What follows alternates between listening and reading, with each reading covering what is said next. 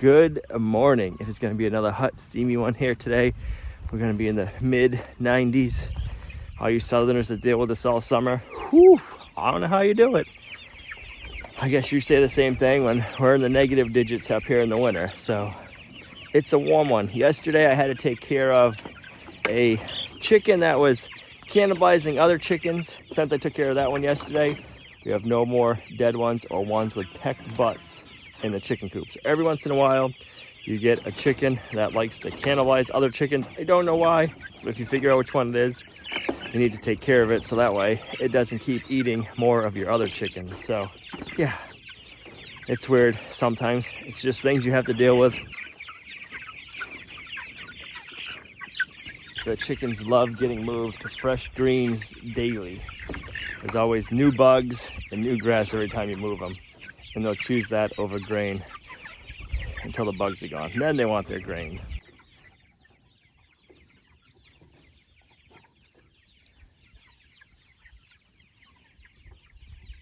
Last night after we put the cows in the barn, we moved them to a new area.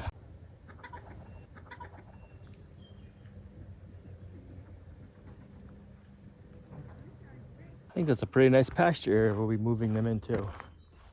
They got some good forage. That should last them a few days. Got a lane going up here, and this grass is up over the hood of the side-by-side.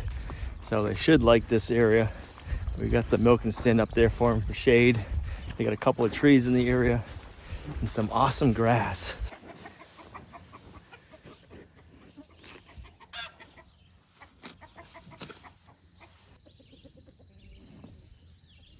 They got all of this.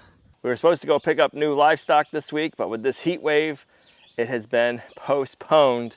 So we need to work on a new pasture area. We want to get this part of the woods fenced in over to some pasture area over there, and they can have access to the woods for shade, for scratching off bugs, and they can come in here and help clear this out at the same time and kind of go in and out and have access for everything. So we need to just walk around and figure out exactly where we want to put the gate, because I'd like to put a real metal gate in to walk them in and get them in and out when we need to, instead of having to have those spring gates. If we have to use those, that's fine. But if there's a place we can put a nice metal gate, I'd like to do that. If we do a 10-foot gate, put it here, it would almost go all the way over to the edge of the road.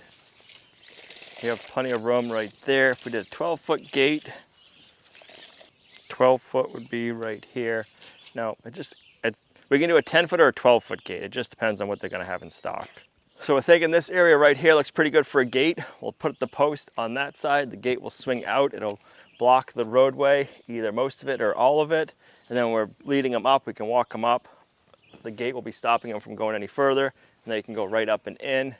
So we'll fence this all off in the woods here over that way. So now let's get the post in this area done, and then we'll work our way over to where the pasture is.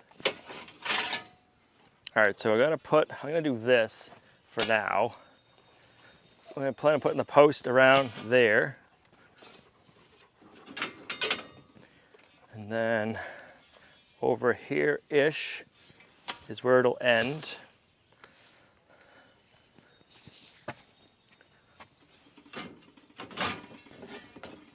Just trying to find ways to mark it so we know where our other posts need to start going. So if we have one there, if we go 1, 2, 3, 4.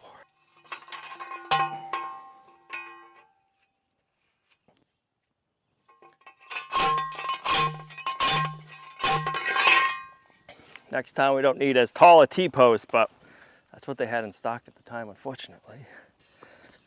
I'm thinking the animals are really gonna love this area. It is hot out right now, and it's probably at least feels 10 degrees cooler over here. I don't know if it is 10 degrees cooler, but it feels that way. So I think the animals will like being able to get in here out of the sun and in the shade.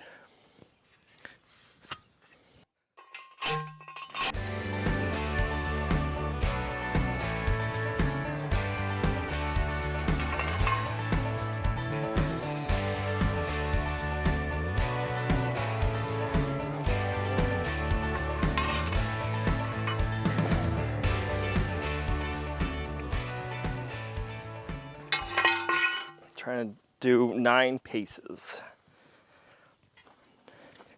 3, 4, 5, 6, 7, 8, 9.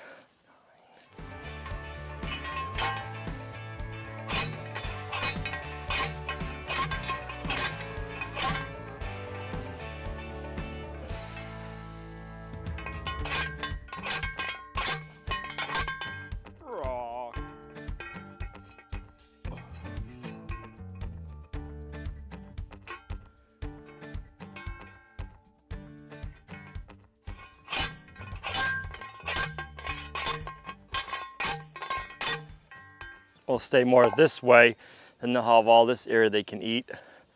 We got a hydrant right here from our well, so we can use our well water to water them over here. So that'll be good.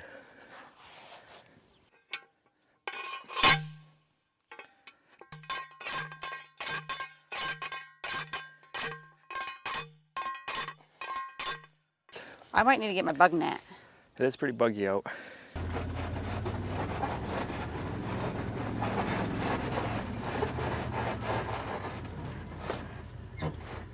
When we were siding the house, we got to the back side and the lift wasn't really working, what we wanted to do, and he was up like over the bank down. And I'm like, you know what, we don't even need to side the back of this house. We're never gonna see it, no one's ever gonna see it. It's not, you know, let's just never mind this part. And I was like, you gotta side the back of the house, and of course we had to. But we see the back of the house so much, so good thing we sided it, or Al sided it. You see it every time you go to your secret garden. Mm-hmm. Looked like a horsefly or something. Must have tried biting you on your shoulder. Your shirt's all stuck up. So I'm wet. 5, 6, 7, 8, 9. Right in the rock pile.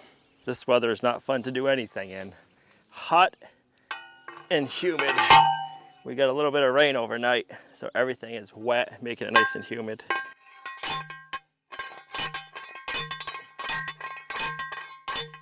We went from 38 degrees a couple of nights ago to now jungle weather.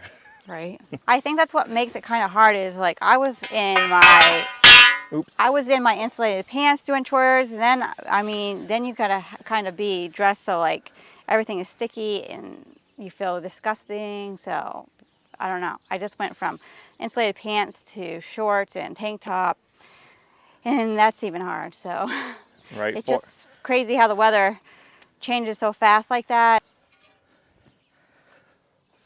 It reminds me of the weather we had when we were putting in our septic system. Yeah, right. Except for not so sandy.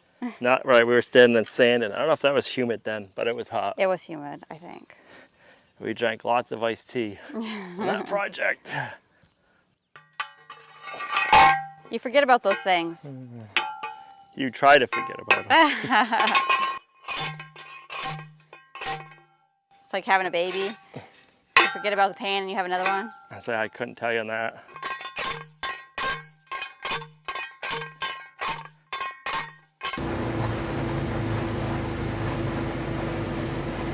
Like we could come up here, over, this way, come over. You can have this whole field. You can come over, and then right here where I stopped mowing, we can put a fence post. They can have all that area too.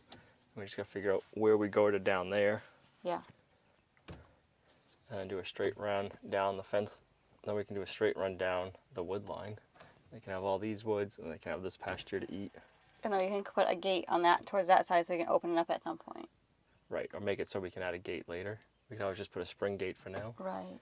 Yep. Because we got a bunch of those. All right, we're gonna start going up in the woods this way for now, up towards Gina's secret garden. We want to try to figure out how big we want to make this area. There's quite a bit of a ways we can go that way, but we want to come up over like we showed you up above and then get that good pasture area fenced in. And then I don't know if we're going to go down the tree line or if we're going to go down even further. We're going to get this main area fenced in, and then we'll see how it goes from there and how many T-posts we have left over and how many more we need to get, and if anybody has more T-posts in stock.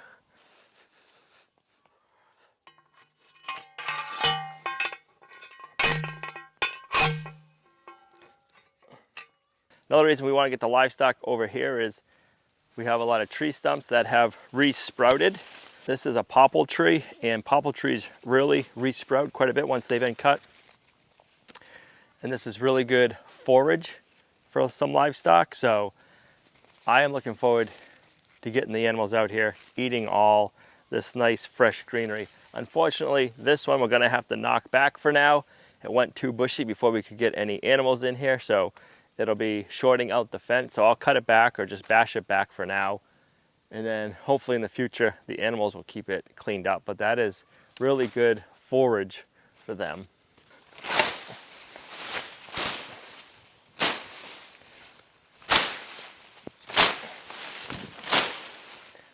But all that is a tree stump, and then it just re-sprouts.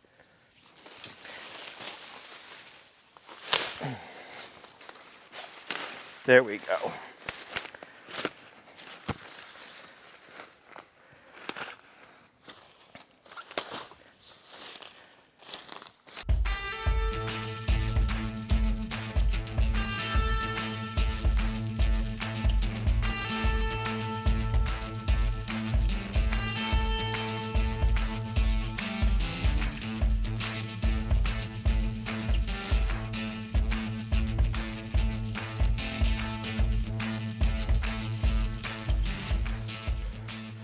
Sleep is important to us, and that's why we like our Birch mattress. We want to thank Birch for sponsoring today's video. And with the Birch Luxe mattress, that happens for us. We wake up fully rested and ready to go on with our day. The Birch mattress is good for me. It was important for me to choose Birch mattress that is made with organic and natural materials because I can sleep easily knowing I am avoiding harmful off-gassing that can happen in the manufacturing process. Birch mattresses are Green Guard Gold certified, meaning no harsh chemicals are used. Unlike synthetic mattresses, the wool in the Birch mattresses make it hypoallergenic.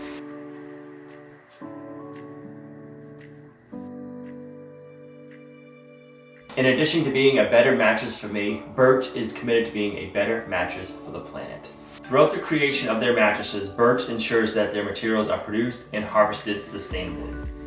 But since Birch is a mattress in a box, not only is it comfortable, but it was a lot easier for me to bring this upstairs. Not only do I love the comfort of our Birch mattress, but also the convenience of bringing it into our room. The Birch mattress comes with a 100-night sleep trial and a 25-year warranty. One of the best parts is Birch delivers it free to your door within the US. Here are some of the reasons that I love my Birch mattress. It's comfortable and made out of natural and organic materials. We love our Birch mattress, and we think you would too. So if you're looking to get a new mattress, go to birchliving.com/Lumnah. And right now, Birch has their 4th of July sale going on where you're going to save 25% off a Birch mattress, and you're going to get 2 free Eco Rest pillows. The pillows are just as comfortable as the bed.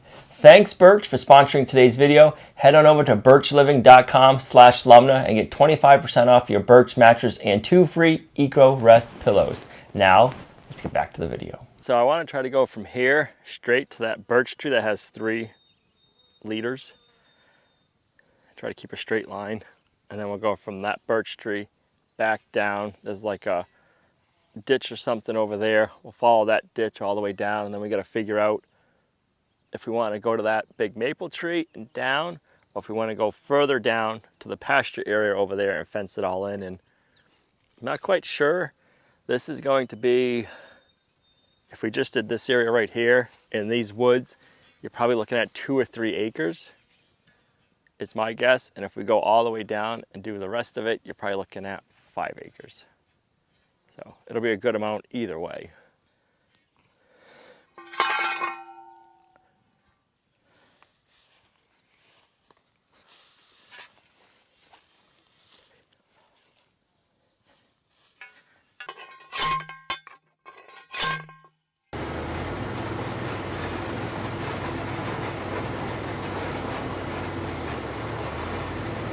Soon, when I'm in the secret garden, I can have some friends over here.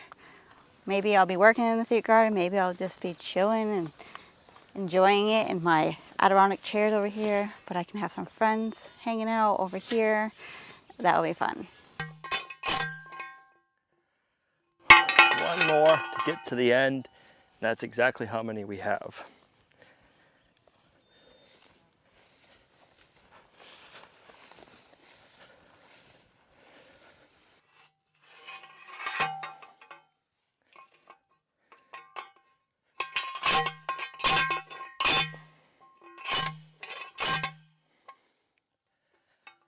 Now we need to count and see how many T-posts we actually have.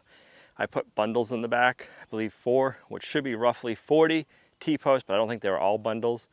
I don't think all the bundles were full, so I want to count, see how many we have used, because it's going to be close to halfway.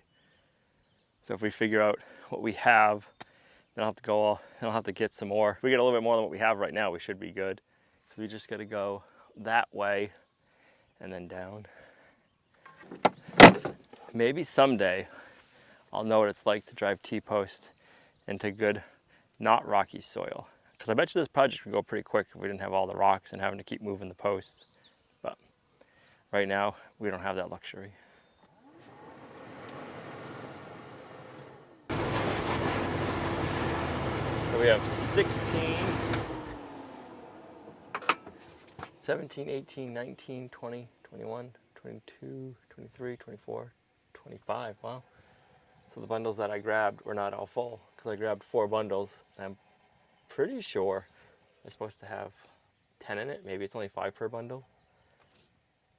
But we got 25 and we need more.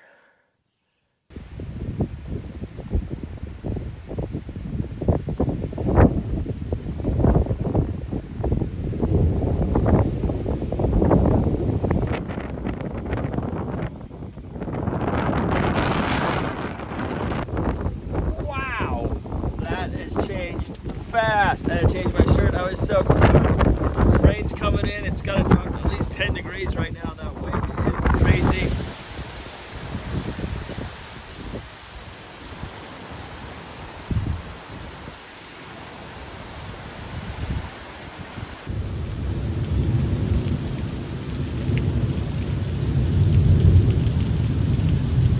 Miles loves being in the rain for some reason.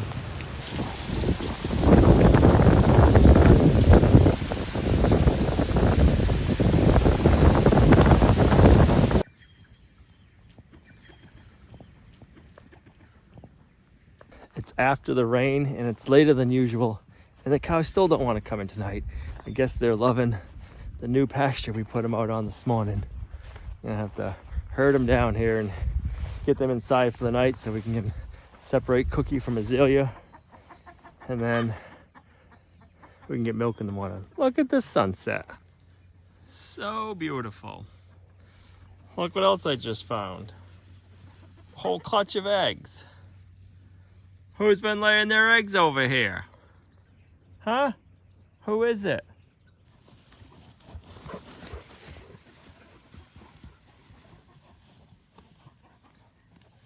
You telling them it's time to go to bed?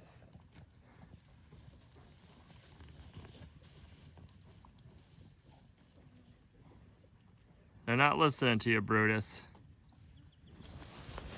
Let's go, cows. Come on. You gotta get in the lane and go to bed. Come on. Get going, Azalea. You're so close. We're getting closer. Come on. Let's go. Good girl.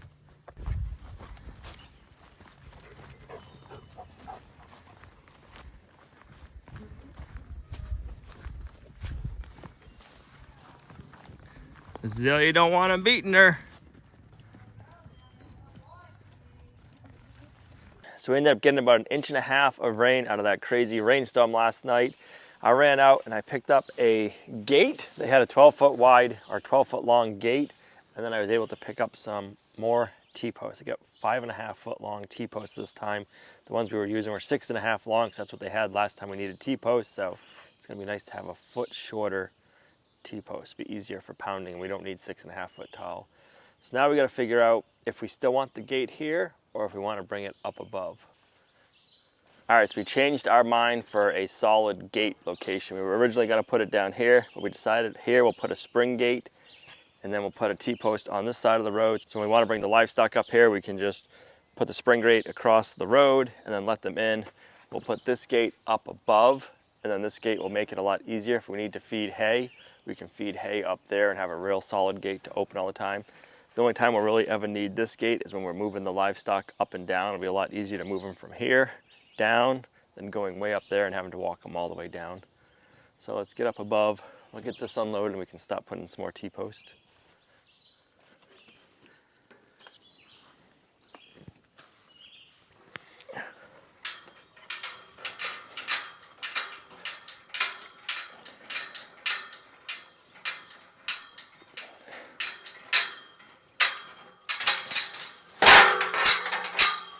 All right, I'm not sure if we're gonna go in this bay or that bay with the gate. I'm thinking this bay. Then we can come in with the tractor. If we're gonna bring hay in, just go in right there. And then if we wanna go in the trail, we would just go in, swing in, and go down that way. So yeah, that's good. Now let's load up some T-posts. We can continue going down there and we'll go along the tree line. And then hopefully we're working in shade while we're putting in these T-posts because it is hot in the sun. I was able to get a nice new batch of green T-posts. Look at that, freshly painted. With all the rain we got last night, it's 80 degrees out right now and we got 84% humidity, so it's pretty sticky. So I want to know what your guys' recommendations are for fencing with moose, because we have moose around here. And I'm assuming they're going to go through the fence at one point or another. So if you have any tips and tricks that you use when you're trying to have fencing around with this big wildlife like that, let me know. Our other property, we had woven wire fence, and the moose actually went through that in 2 spots and pretty much didn't really destroy it, but they broke 2 T-posts and they really mangled up the woven wire fence. So even woven wire fence won't stop the moose. So what's your trick for keeping moose out of your livestock fencing? And it's not even maybe the fact that they get in the livestock fencing, it's the fact that they break it. Like they'll just walk right through it, break it, and then your whole fence is down. So we don't want to go through and put all this fencing up and it just all get torn down because it's a lot of work to put up fencing, so. Yeah, and especially if you're doing woven wire, that's a big expense. Right. And we were able to repair the other fence, but it was pretty mangled and they broke, like they sheared off 2 T-posts, right? Like they were still in the ground, but they broke off out of where they went into the ground. So they do a number on fence. They do.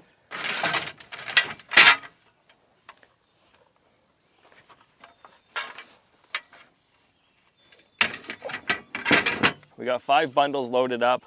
Let's get on in there and see how far this gets us.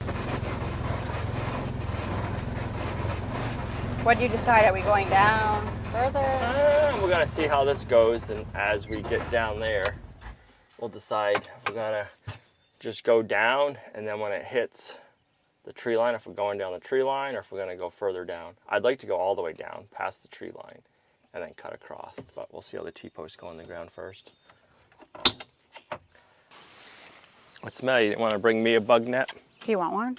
I don't know. Try it and see if you can, and I'll go get you the other one. The deer flies are terrible. Yeah. As they're biting my thigh. Yeah, if you want to grab the other one.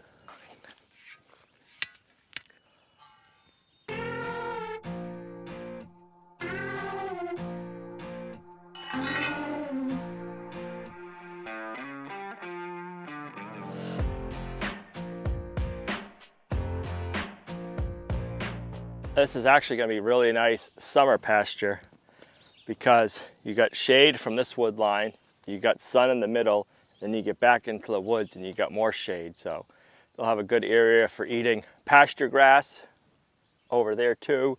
And then they'll be able to get in the shade right here if they want, and they can get into the woods, and there's plenty of feed in the woods for them. And they can get in the woods and they can scratch off all the bugs. So I think they're really going to like it up here once we can get them up here. I went down and got another bug net. The bugs are really bad. I rubbed myself down with some vanilla extract. I think I read that somewhere. I'm gonna try it out. I don't know if it's gonna work, but I brought you some stuff too. I don't know why, but it's been a really bad year for horse flies or deer flies, and it's not just us here. I've been seeing that everywhere. So I don't know what makes a bad fly year and what doesn't.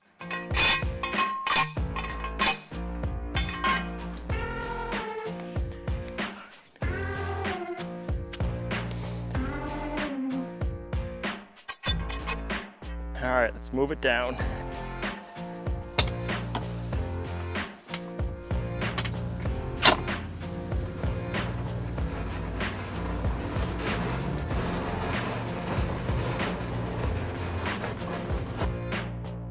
I just have to mention the fact that Al has a bug net on. It truly amazes me. That means it's super, super buggy out. So and he has it on more than a couple of minutes, he would never do that. So I normally just deal with the bugs. Usually they swarm me a little bit, but they're not terrible, and they usually don't really land on me or bite me, or if they do bite me, I don't like get swelled up from them. But this year, they have been terribly just swarming your face, landing in your face, landing in your ears, going in your eyes, your mouth. So I'm using the bug netting this year. And it's not just like one bug, it's like the little black gnats, it's the deer flies, we've seen the huge horse flies, there's mosquitoes. Actually, probably the least amount I've seen is mosquitoes. The mosquitoes so far haven't been bad, and I hate to say it because I don't want them to get bad, but the black flies, like what you would see around cows, aren't that bad this year. It's more horse flies, deer flies, moose flies, whatever you want to call them, not the regular black flies, which is kind of surprising.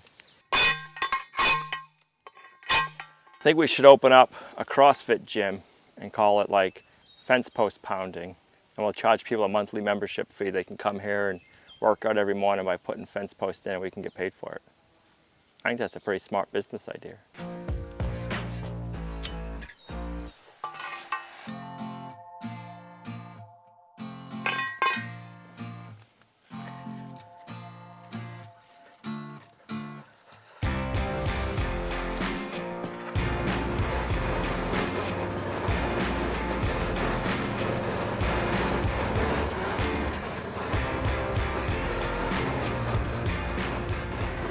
So we could end it here, that last T-post, and go down the wood line. But I think that fence line would be a lot to maintain because there's a lot of overgrowth of stumps resprouting. So that's gonna like encroach on all of our fencing, and it's gonna make it kind of a pain to maintain it. So down here, further down, we'll have to find it. There's a nice grassy knoll like this going across. So I'm thinking what we do is we fence in the area that has all of the trees resprouting, because that's really good forage for the animals. It's a big area, but it'll make it easier to maintain the fence. So I think that's what we're gonna do. So far, T-posts are going decent. We're just gonna keep going down. Then we gotta find where we need to shoot over, and then finish going up along the front. Right now we're working in the wood line, and it's nice and cool. Once we start shooting over that way, we'll be in the sun.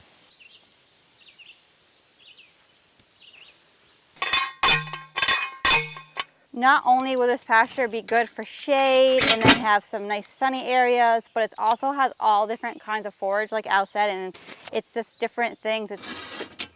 It's what God provided for them, stuff in the woods, and then they can get all the vitamins, nutrients, minerals, stuff like that that they need from nature. So that's really cool too. So we can't wait to see how everything turns out, what they make the woods look like, and the fields and the pastures, and it's just going to get better and better every year.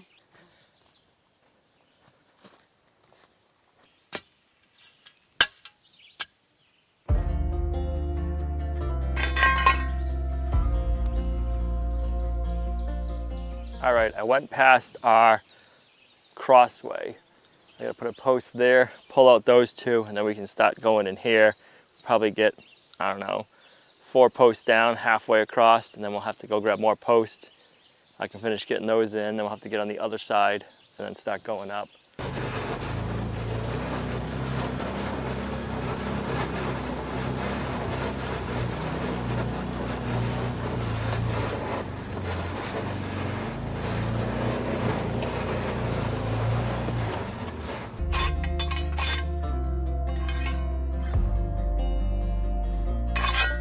We've been used to having livestock on this side, on the opposite side of the homestead. To have the livestock behind the house, that would be pretty neat. So look forward to seeing how that is.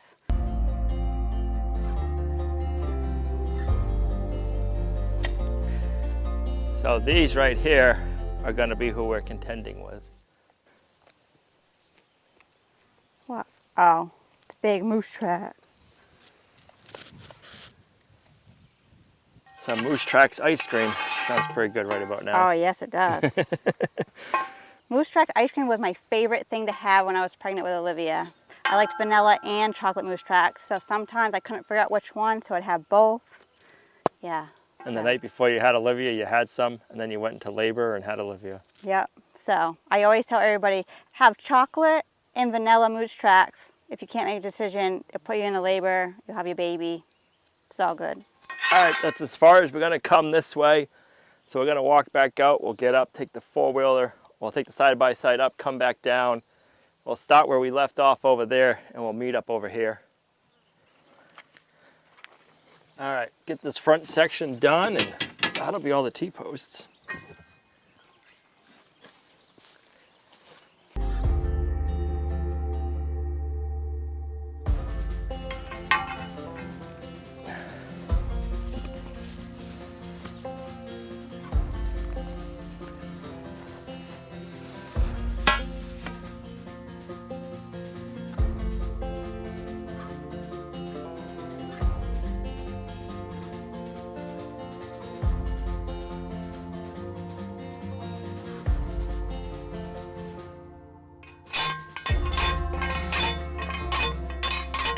We got some raspberries over here.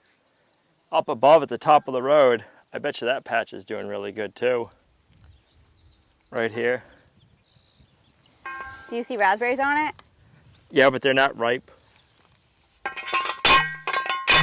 This rock right here, it seems to be the cat's favorite spot. I think it's because it's got that little tiny shelf right there, so they sit right here. And then they look out into the field, or sometimes they look out this way, but we find them out here quite a bit on that rock.